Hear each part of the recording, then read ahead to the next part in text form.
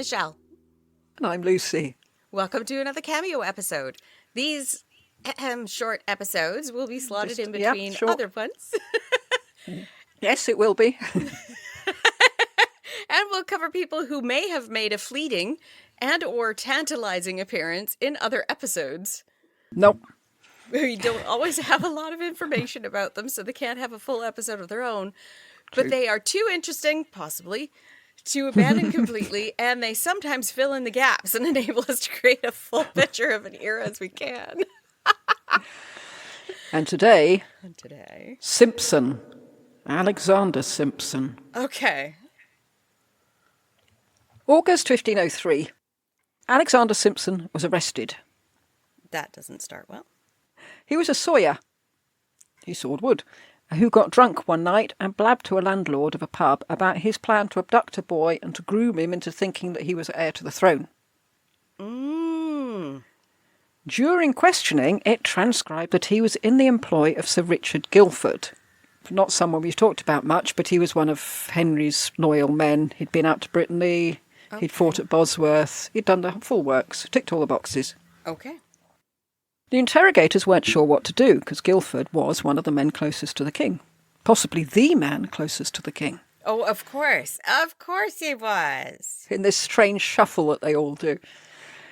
Surely he hadn't gone over to Edmund de la Pole. But then Alexander Symson explained they'd got him all wrong. He was a spy in the employ of the king and Richard Guildford. Oh. He'd been sent to spy on Edmund. Oh. On his way home, he just popped into the pub to see if he could entrap the landlord with his seditious talk. So, a very simple story, no ambiguity there. But we'll look at the story in more detail and we'll add ambiguity, because that's what we do. This story comes mainly from Alexander Symson's confession, and it was rewritten in a text in a magazine called the Archaeologia Kantiana by F.C. Elliston Owerwood, the magazine of the archaeological group in Kent. Written, I would guess, at the end of the 19th, maybe early 20th century, judging from the language. The conversations were written in oldie-worldy English with lots of these and thous, which make it sound more like Walter Scott than the early modern period, so I've taken all those out. We'll come to Symson in a minute, but first we're going to meet Walter Roberts. Walter Roberts was a landowner in Kent, and he had sided with the Lancastrians to the extent that he was deprived of his land for having tried to hide his friend and neighbour, Richard Guildford, from Rich III. And he was restored by Henry VII and became Sheriff of Kent. And one morning in the spring of 1503, Roberts was walking around his estate when he came across one of his employees, one Alexander Symson. And he was a sawyer, as I said, and he'd worked for Roberts for about 20 years. And they chatted for a bit about the weather and the crops, but then after a pause, Roberts said to Symson, "Alexander, may I trust you?" And Symson was vague, obviously waiting to find out what he wanted before he committed himself. Yeah. "You have known me a great while," he said. "You know whether you may trust me or not. You may trust me well enough, if you like." And Roberts left it at that and went on his way, leaving Symson somewhat baffled. What's going on? Yeah, we'll see after. A month or so later, Roberts and Symson were working together clearing out a pond, and Roberts drew Symson away from the rest of the workers. Oh, I thought you were going to say, Roberts drowned him in the pond. No, it's a short episode, it's not that short. End of story. Yeah. "Alexander, you remember that I asked you of late whether I might trust you or not, and you answered me that I knew and might trust you well enough. This it is. I would send you over the sea to the Earl, brackets, or the Duke, of Suffolk." Symson replied, "I durst right well go to him." And Roberts then explained what he wanted. He was to prepare himself for the journey to Aix-la-Chapelle, which was the Yorkist HQ over there. He was to find out what de la Pole intended to do, who was there with him, what aid or assistance he could expect from Maximilian, and his intended date for sailing to England. Which is an odd set of requests to ask a country sawyer to do. Yes. He's gone from Alexander Symson Sawyer to Alexander Symson Master Spy. Yeah. And to quote the story in the Archaeologia Cantiana, quote, "On Whit Sunday, therefore, after Matins and before High Mass, behold, Walter Roberts and Alexander Symson in Cranbrook churchyard, beyond the east end of the church, and thus removed from passers-by, meeting for final instruction and farewells," unquote. Wouldn't you be awfully suspicious if a Sawyer showed up in your country? Where'd you get the money to come? Well, we know where he did get the money. Yeah, but the person that he ends up seeing is like, oh yeah, not a spy, hey? Where'd you get the money for your travels? You're pretty flush for a Sawyer. Mm-hmm. Yeah, he was given 2 gold nobles and a score of silver groats. Are you kidding me? That's a lot of money to have jangling in your pocket as you set off. Yes. And he stressed upon him that this was a secret mission. Shh, don't show anybody the cash. Yes. Wait, I need change. The following Wednesday, Symson set off. And I don't know if he'd ever been out of Kent before, but he went to Calais and then on to Ghent before finally rocking up at Aix-la-Chapelle. And he took lodgings in a cobbler's shop, which proved to be a bit of a mistake. Several other Englishmen, de la Pole supporters, were lodging there, so word soon got to the de la Pole faction that a stranger had moseyed into town and was asking lots of questions. About you. It was not long before he was kidnapped and taken to the leaders. And I don't know who chose the word kidnapped, whether it was Symson said that in his confession or whether the bloke writing the archaeological magazine chose kidnapped. But anyway, that's what they said. Symson described his interrogators. There was, quote, a man with a white head whom they called Neville, unquote, and a friar. And these two questioned him closely. That is, the friar questioned him closely. Neville just kept threatening to cut his ears off. And this was George Neville. Not the George Neville who was Archbishop of York. Different George Neville. Although I wouldn't be surprised now. No. At one point I might have been. Not anymore. No, I think we're past that. He was very close to Edmund de la Pole. And he was another of our lovely bastards. He wasn't a bastard of somewhere, like the bastard of Burgundy. He was just known as George Neville, the bastard. And he'd been part of the Perkin Warbeck conspiracy, so he was an old hand at this sort of thing. Symson told everything. I would too, because I'm going to cut your ears off. Okay, here's the long list. This is how it started. When I was 4. What do you want me to tell you? I'm going to tell you that. Yeah. Well, he said how he'd been employed by Walter Roberts to spy on Edmund de la Pole. And Neville said, Walter Roberts, I've never heard of him. But the friar had, and he called him, quote, right a sad wise man, unquote. I'm not quite sure what they meant by that. I don't know what that means either. Yeah. Well, surprisingly, Neville didn't cut Symson's ears off. He just told him to get out of town by 8 the next morning.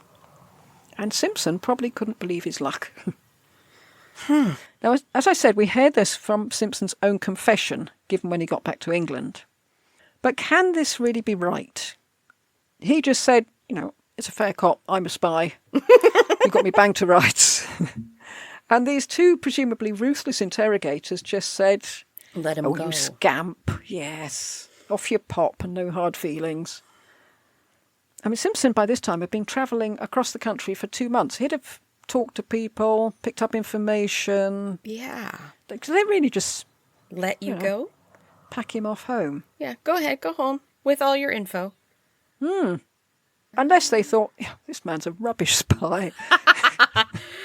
We've got nothing to fear from him. Yeah, he took back exactly what we wanted him to take back. Well, that's a possibility.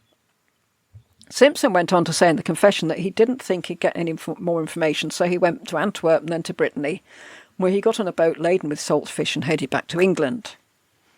And he made his way back to Cranbrook in Kent, which he must have been relieved to be back in his own little house. Oh, thank God. Yes.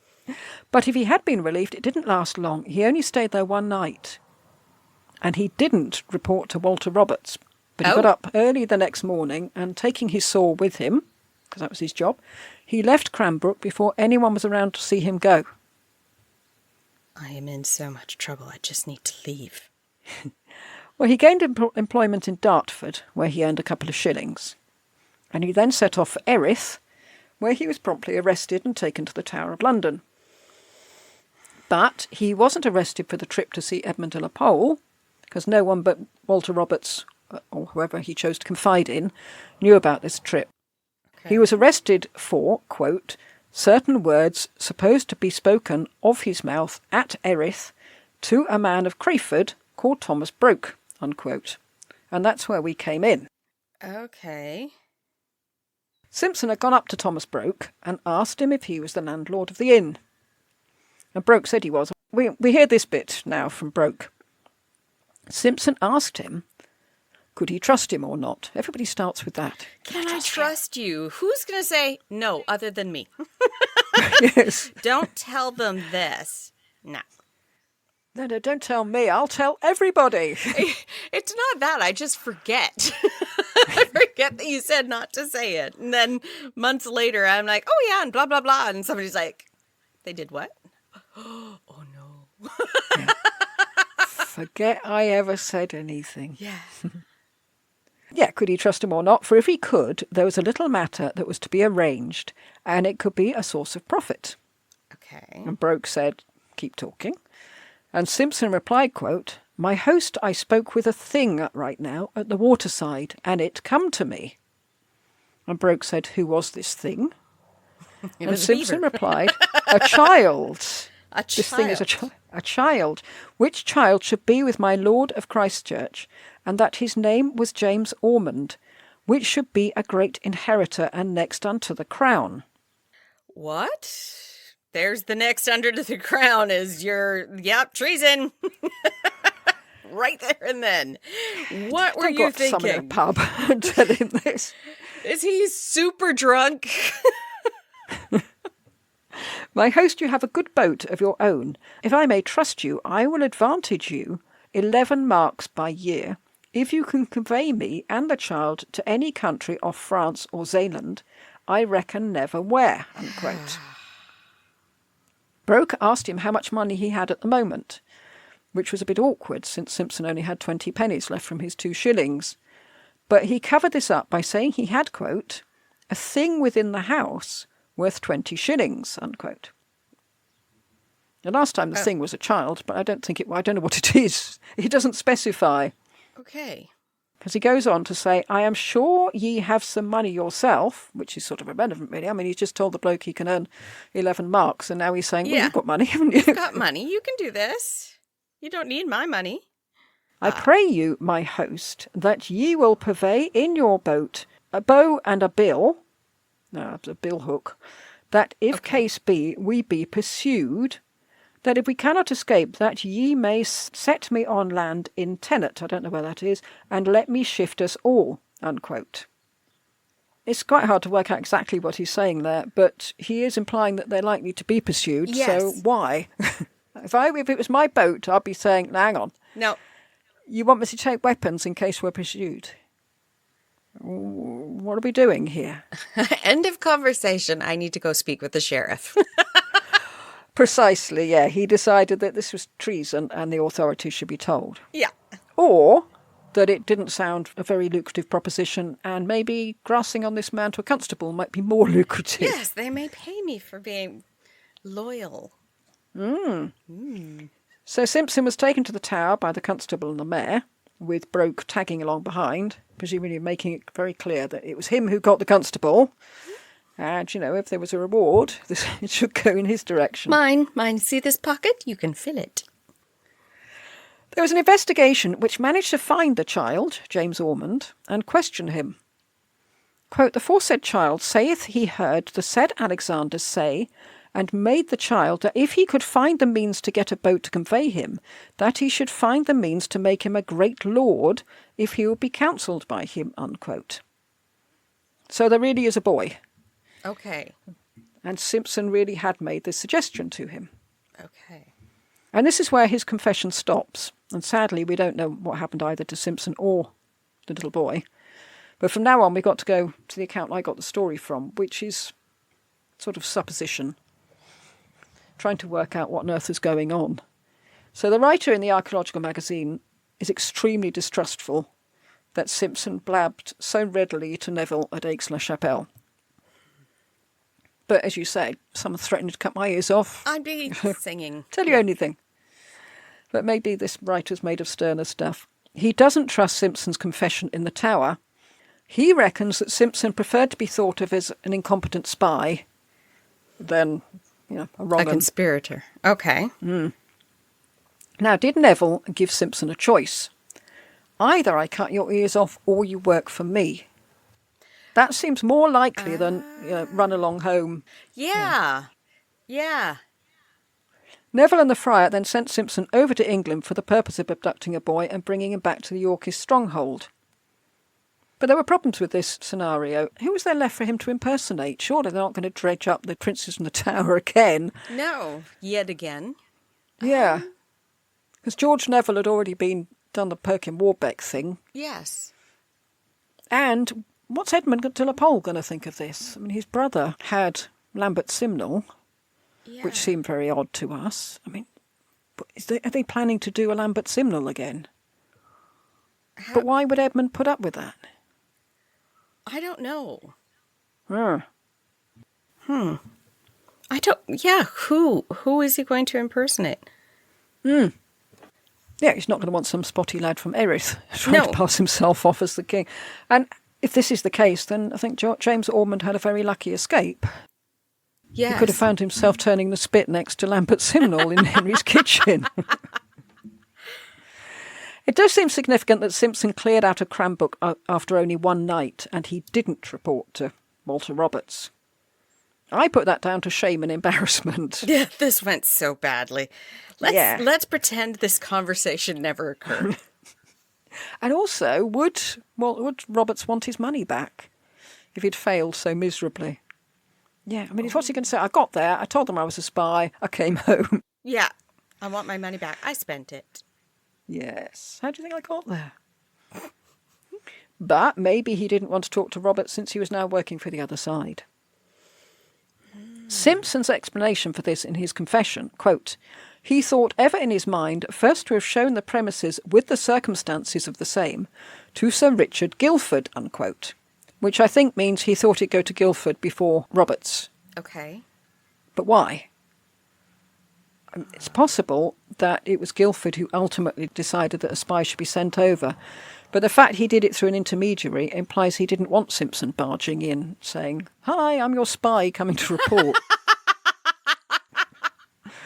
Maybe Symson thought he'd get more money from Guilford than he did from Roberts. So we don't know. Was he an agent, a double agent, a triple agent, an ordinary sawyer who had been sent to the continent on a job that was way beyond his capabilities? Yeah, It doesn't explain the conversation with the pub landlord, though. No. Unless he was hoping to trick the landlord into something and then jump up and say, "Ha, I'm a royal spy and you've been nicked." But there was really a boy. That's so odd. The interrogator obviously had his suspicions about Walter Roberts, because he said to Symson, how did he refer to Edmund de la Pole, Earl or Duke? Because if he'd said Duke... Oh, then he's a traitor. He's a traitor.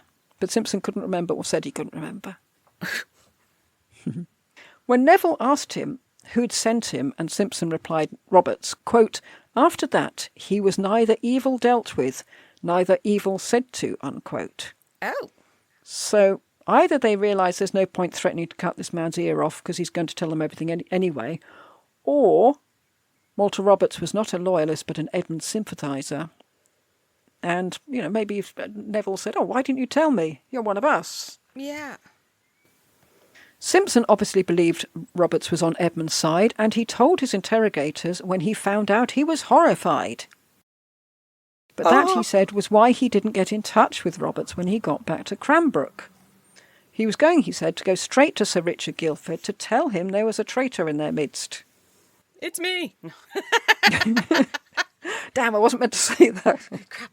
Well, was he, or did Roberts choose him for the mission because he knew his own proclivities? Whether he'd said at some point that he felt some sympathy with Edmund. So Or he knew he was the one to send. Or was he a distraction? Let him bumble about while I do something else. Or I send Or somebody we else. send the proper bloke. Yes, Yeah. maybe. Was Roberts a traitor, or was George Neville being a bit clever by implying to Symson that Roberts was a traitor? So Symson would come rushing home saying, you'll never guess what I found out. So Neville had said, oh, Roberts? Oh, yeah, he's on our side. And Symson thought, oh, God, I better go and tell Guildford that they've got a rotten apple in the barrel. Mm-hmm. Or did Symson realise he was in big trouble and thought he'd dob Roberts in it rather than save his own skin? As well he might, if he felt that Roberts had got him into this mess in the first place. So I was quite happy sawing logs. Yes. Now I'm in the Tower of London. Henry was beginning to wonder if he could trust Sir Richard Guildford, even if he had been to Brittany and to Bosworth with him. In fact, he already knew he couldn't trust Guildford, but that wasn't for reasons of treachery, but he'd been caught with his hands in the till to cover some of his debts. Oh, the worst thing you could do to Henry VII. Do not take money. Don't Well, despite take that, money. Henry made him comptroller. Comptroller. Comptroller. Vetting the household accounts. What? And maybe he felt that he could trust him to do that because he vetted the household accounts as well. Yes, my initials are on everything, so So he could keep an eye on what he was doing. if you make a mistake... This may seem quite a foolhardy move on Henry's part, but we're in the middle of the Stanley Rebellion. So Henry may have thought, OK, this man's a tea leaf, but he's a loyal tea leaf. So that counts for a lot. However, by the end of the 1490s, Guildford was in financial trouble again. And he was caught up in a debt cycle, borrowing money to repay previous debts. And we've just done an episode on Sigismund of the Tyrol, who got himself in the same position.